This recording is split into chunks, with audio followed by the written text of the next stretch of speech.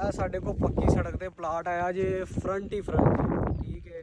ਤੇ 4 ਦੀਵਾਰੀ ਹੋਈ ਜੇ, ਵੇਖੋ ਨਾ ਕੋਈ ਇਹਦਾ ਕੋਈ ਕਬਜ਼ੇ ਦਾ ਰੌਲਾ, ਨਾ ਕੋਈ ਕਿਸੇ ਕਿਸਮ ਦਾ ਮਸਲਾ ਮਸੈਲ। 2 ਕਨਾਲ ਲੈਣੀ 2 ਕਨਾਲ ਲੈ ਲਓ, 4 ਕਨਾਲ ਲੈਣੀ 4 ਕਨਾਲ ਲੈ ਲਓ। ਦੋਵਾਂ ਪਾਸੇ ਪੱਕੀਆਂ ਸੜਕਾਂ, ਬਿਜਲੀ ਮਜ਼ਦੂਰੀ ਦੇ ਆਲੇ ਦੁਆਲੇ ਸਾਰੇ ਫਾਰਮ ਹਾਊਸ, ਡੇਰੀਆਂ।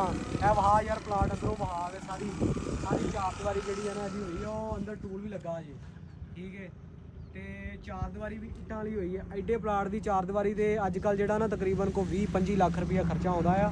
ਇਹ ਇੱਟਾਂ ਵਾਲੀ ਪਿੱਲਰਾਂ ਵਾਲੀ 4 ਦੀਵਾਰੀ ਹੋਈ ਹੈ। ਇੱਕ ਸਾਈਡ ਤੇ ਇਹਦਾ 360 ਫੁੱਟ ਫਰੰਟ ਹੈ, ਇੱਕ ਸਾਈਡ ਤੇ ਇਹਦਾ ਤਕਰੀਬਨ 200 ਪਲੱਸ ਫਰੰਟ ਆ, ਠੀਕ ਹੈ। 14 ਕਨਾਲ ਕੁਛ ਮਰਲੇ ਜਗ੍ਹਾ ਹੈ, ਰਜਿਸਟਰੀ ਇੰਤਕਾਲ ਇੱਕੋ ਮਾਲਕ ਦੇ ਨਾਂ ਤੇ। ਇਹੋ ਜਿਹਾ ਪਲਾਟ ਸਾਫ ਸੁਥਰਾ ਨਹੀਂ ਲੱਭਦਾ ਕਿ ਏਡੀ ਜਗ੍ਹਾ ਇੱਕੋ ਮਾਲਕ ਦੇ ਨਾਂ ਹੋਵੇ।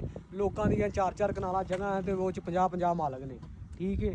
ਤੇ ਰਜਿਸਟਰੀ ਇੰਤਕਾਲ ਜੇ ਸਿਰਫ 20 ਲੱਖ ਰੁਪਏ ਨੂੰ। ਮੈਂ ਕਹਿੰਦਾ ਕਿ ਲਾਹੌਰ ਦੇ ਵਿੱਚ ਤੁਹਾਨੂੰ ਐਡੀ ਸਾਫ ਸੁਥਰੀ ਜਗ੍ਹਾ 20 ਲੱਖ ਰੁਪਏ ਨੂੰ ਲੱਭਦੀ ਵੀ ਕਨਾਲ ਮੁਫਤ ਆ।